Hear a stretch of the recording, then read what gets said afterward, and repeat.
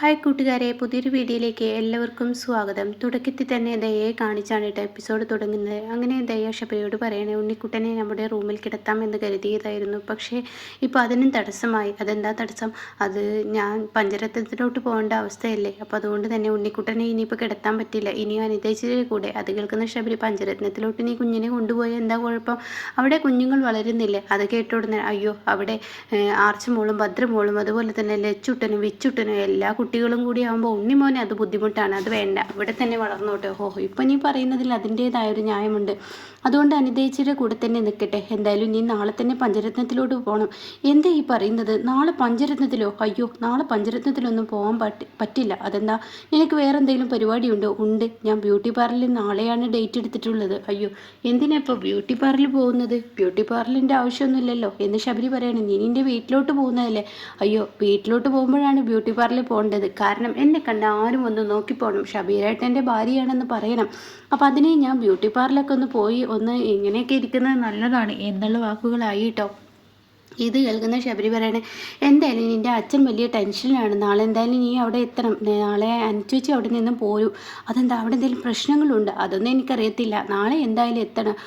നാളെ എൻ്റെ beauty parlour മുടക്കാനൊന്നും എനിക്ക് പറ്റത്തില്ല. നാളെ ഞാൻ അങ്ങോട്ടേക്ക് പോകും. എന്തായാലും നമുക്ക് നാളെ പോവാം. എൻ്റെ ബ്യൂട്ടി പാർലർ 12 മണിക്ക് ഏഷ്യാണ്ട് കഴിയും. പിന്നെ അത് കഴിഞ്ഞാൽ ബ്യൂട്ടി പാർലർ പോകുന്നതിന് എന്താ കുഴപ്പം? ബ്യൂട്ടി പാർലർ പോയിട്ട് പഞ്ചരത്നത്തിൽ പോകുന്നത് എന്തിനാ കുഴപ്പം? രാവിലെ പോയാൽ പോരല്ലോ, വൈകിട്ട് പോയാൽ പോരെ എന്നൊക്കെ പറഞ്ഞ് അവിടെ പറച്ചിലുകളായിട്ടോ. അങ്ങനെ ഈ സമയം ശബരി പറയാം, ഓക്കെ ശരി എന്നാൽ അങ്ങനെ ആയിക്കോട്ടെ എന്ന് പറയുന്നുണ്ട് കേട്ടോ. ഇതേ സമയം അർദ്ധരാത്രിയാണ്. സുശീലയ്ക്ക് ഉറക്കം കിട്ടുന്നില്ല. തൻ്റെ മകൻ തന്നെ കൈവിട്ടു, തൻ്റെ മക്കളെല്ലാം കൈവിട്ടത് കൊണ്ട് തന്നെ സുശീലയുടെ ഉറക്കം നഷ്ടപ്പെട്ടിരിക്കുന്നു. സുശീല ഞെട്ടലോടുകൂടി എണീക്കുന്നു. തൊണ്ടയിലെ വെള്ളം വറ്റുന്നു. അങ്ങനെ വെള്ളം എടുത്ത് കുടിക്കുന്നു. തൻ്റെ തൊണ്ട വരളുന്നു. തനിക്ക് ഒരുമാതിരി ആകെ ടെൻഷനാവുന്നു. അപ്പോൾ ഉടൻ തന്നെ സുശീല ഉടൻ തന്നെ ഇങ്ങനെ എണീറ്റ് വെള്ളം കുടിക്കുന്നത് കാണുമ്പോൾ ഹർഷി ചോദിക്കുക, എന്താ സുശീല ആൻറ്റി? അല്ല, ഞാൻ പഴയ സുശീലയായി. അതുകൊണ്ടാണ് എനിക്ക് ഈ ഒരു ബുദ്ധിമുട്ട് വന്നത്. എൻ്റെ ഇന്ദ്രൻ എന്നെ കൈവിട്ട് കളഞ്ഞത്. അവൻ എന്നെ കാണാൻ വന്നപ്പോൾ എല്ലാം ക്ഷമിച്ചും സഹിച്ചും പഴയ സുശീലയാവാതെ നല്ലൊരു സുശീലയായി ഞാൻ മുന്നോട്ട് പോവുകയാണെങ്കിൽ തീർച്ചയായും എൻ്റെ മകൻ എന്നെ കൈവിട്ടിരുന്നില്ല. എൻ്റെ മകൻ കൈവിട്ടതുകൊണ്ട് എൻ്റെ മക്കളെല്ലാവരും എന്നെ കൈവിട്ടു. കണ്ടില്ലേ, എൻ്റെ ഇന്ദ്രനാണ് എൻ്റെ നെടുന്തൂണ്. അവനില്ലാതെ എനിക്ക് ജീവിക്കാൻ കഴിയില്ല. അത് കേട്ടോടെ തന്നെ ഹർഷ പറയണം, അത് ശരിയാണ് നിങ്ങൾ പറയുന്നത്. പക്ഷേ ഇനി ഞാൻ എന്ത് ചെയ്യും? എൻ്റെ മക്കൾ എന്നും എന്നോട് ഇങ്ങനെയൊക്കെ കാണിക്കില്ല.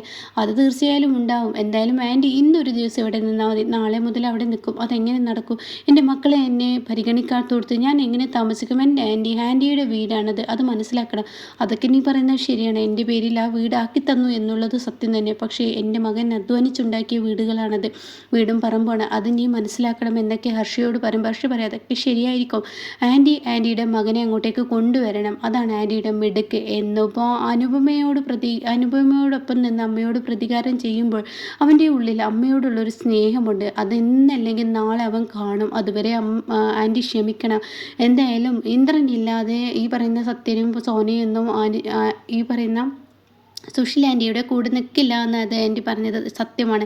അതുകൊണ്ട് തന്നെ ആൻറ്റി ചില കളികൾ കണ്ടറിഞ്ഞ് തന്നെ കളിക്കണം. എല്ലാം ക്ഷമിക്കുക. എന്നിട്ട് ആൻറ്റി അങ്ങോട്ടേക്ക് പോവുക, മക്കളെ സ്വീകരിക്കുന്നു വരെ. പിന്നെ സുധനങ്ങളും അവരുടെ വീട്ടിൽ എന്തായാലും നിൽക്കാൻ സുധനങ്ങൾ സത്യനെയും പ്രതിഭയും സമ്മതിക്കില്ല. പിന്നെ സോനിയാണ്, അവൾക്ക് എന്നും വാടക വീട് നടക്കും, അതുമില്ല. അപ്പോൾ അവരവിടെ വരാതിരിക്കില്ല. അപ്പോൾ അവിടെ തന്നെ താമസിക്കുക. അപ്പം നീ എന്താ പറഞ്ഞു വരുന്നു? നാളെ മുതൽ ഞാൻ എൻ്റെ വീട്ടിലോ? അതെ, അവിടെ തന്നെ പോവുക, അവിടെ തന്നെ പോയി താമസിക്കുക എന്നുള്ള സത്യം കൂടി വെളിപ്പെടുത്തുന്നു കേട്ടോ. അത് കേൾക്കുന്ന സുശീലയ്ക്ക് ഒത്തിരി സമാധാനമാവുകയാണ്.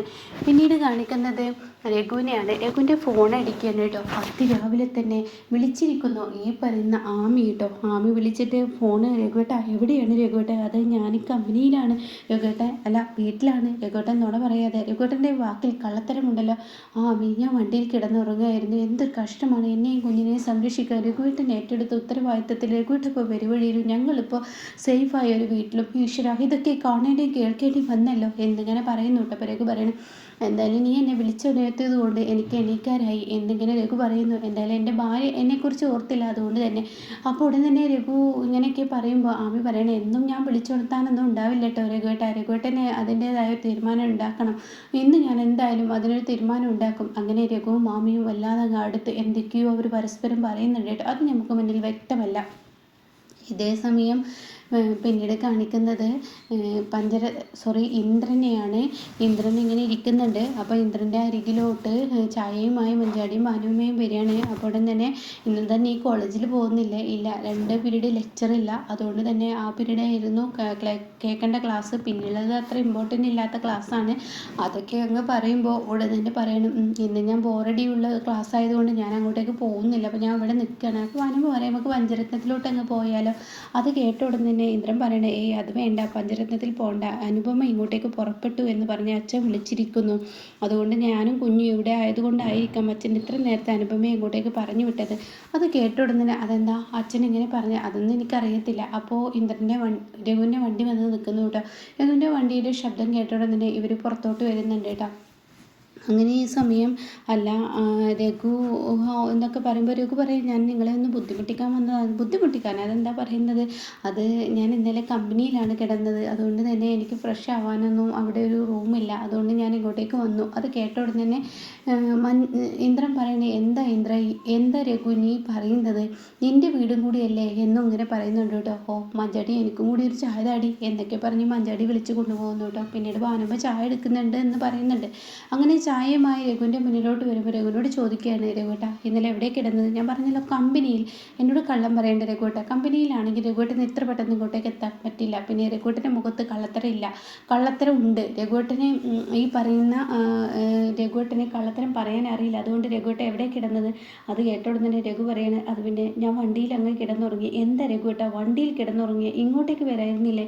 ഞാൻ ഒരുപാട് അമ്പിളിയെ വിളിച്ചു, പക്ഷേ അമ്പിളി ഫോൺ എടുത്തില്ല. പിന്നെ ഞാൻ എന്ത് ചെയ്യും എന്നിങ്ങനെ പറയുന്ന ആ ഒരു സീനിലാണ് എപ്പിസോഡ് നിർത്തിയിരിക്കുന്നത്. ഇതിനിടയ്ക്ക് ദയ പറയുന്നുണ്ട് കേട്ടോ, ഉച്ചയ്ക്ക് ശേഷം ബ്യൂട്ടി പാർലർ കഴിഞ്ഞിട്ട് പോകാമെന്ന് പറയുമ്പോൾ ശബരി പറയുകയാണെങ്കിൽ ഞാനിനി വണ്ടി വിളിക്കേണ്ടി വരും അവിടെ നിന്ന് തിരിച്ചു വരാൻ, അതൊക്കെ ഒരു അധിക ചിലവല്ലേ, അതിനെന്തിനാ ശബരിയേട്ടൻ അവിടെ നിന്നുകൂടെ? അതൊന്നും നിൽക്കാൻ പറ്റത്തില്ല, ഒരു ദിവസം ശബരിയേട്ടൻ അവിടെ നിന്ന് വെച്ച് എന്താ വരാൻ പോകുന്നത്? അപ്പോൾ അത് കേട്ടോടെ തന്നെ എനിക്ക് നിൽക്കാൻ പറ്റത്തില്ല, കാരണം ഇവിടെ അച്ഛന് വയ്യാത്തതല്ലേ.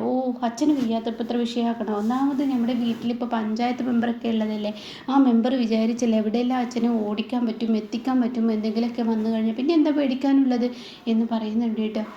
എന്നാൽ ഈ സമയം അർദ്ധരാത്രി സത്യനും അതുപോലെ സോനയും ശ്യാമും പ്രതിഭയൊക്കെ വരികയാണ് കേട്ടോ. അപ്പോൾ ഈ സമയം ഇവർ വരുമ്പോൾ ഇവിടെ ആരോ വന്നിട്ടുണ്ടല്ലോ, ഗേറ്റ് തുറന്നിട്ടുണ്ടല്ലോ. അപ്പോൾ ഈ സമയം പ്രതിഭ പറയണേ, ഇത് അമ്മക്ക് ഇവിടെ ജയിലിലോട്ട് കൊടുത്തയച്ച ആ ബാഗല്ലേ അത് എന്ന് പറയുന്നുണ്ട്. അപ്പോൾ അമ്മ എത്തിയിരിക്കുന്നു. അത് കേൾക്കുന്ന സോന പറയണേ, എൻ്റെ അമ്മ എങ്ങോട്ടാണ് പോയത്, എൻ്റെ അമ്മ എങ്ങോട്ടാണ് നാട് വിട്ടാണാവോ? അത് കേട്ട ഉടനെ ശ്യാമ പറയാം, എങ്ങോട്ടും പോവില്ല. അപ്പോൾ സത്യം പറയണേ, എങ്ങോട്ടും പോവില്ല, ജാമ്യത്തിൽ ഇറക്കിയവർക്ക് തന്നെ സംരക്ഷിക്കാനും അറിയാലോ, അതുകൊണ്ട് നിൻ്റെ അമ്മ ഇവിടെ എവിടെയെങ്കിലുമൊക്കെ ഉണ്ടാവും. അപ്പോൾ ഈ സമയം എന്തായാലും നമ്മുടെ പദ്ധതിയും പ്ലാനും വിജയകരമായി വിജയിച്ചിരിക്കുന്നു. സെക്കൻഡ് ഷോക്ക് പോയ കാരണം ഇന്ന് അമ്മ എന്തായാലും കുറച്ച് ബുദ്ധിമുട്ടി. എന്തായാലും നമ്മുടെ ലക്ഷ്യം എന്ന് പറഞ്ഞാൽ ഇന്ദ്രനും അനുചേച്ചിയില്ലാത്ത ഈ വീട്ടിൽ നമുക്ക് താമസിക്കാൻ പറ്റില്ല എന്ന് അമ്മയെ ബോധ്യപ്പെടുത്തണം, അത് അമ്മക്കും തോന്നണം. അങ്ങനെ അമ്മ ഇന്ദ്രേട്ടനെ അനുചേച്ചിയെ ഈ വീട്ടിലെത്തി തിരികെ കൊണ്ടുവരണം, അതിനു വേണ്ടിയാണ് നമ്മൾ നടക്കുന്നതെന്ന് പറയുന്നുണ്ട് കേട്ടോ. അപ്പോൾ ഇങ്ങനെയൊക്കെയുള്ള ഒരു എപ്പിസോഡാണ് ഇന്ന് വന്നിരിക്കുന്നത്.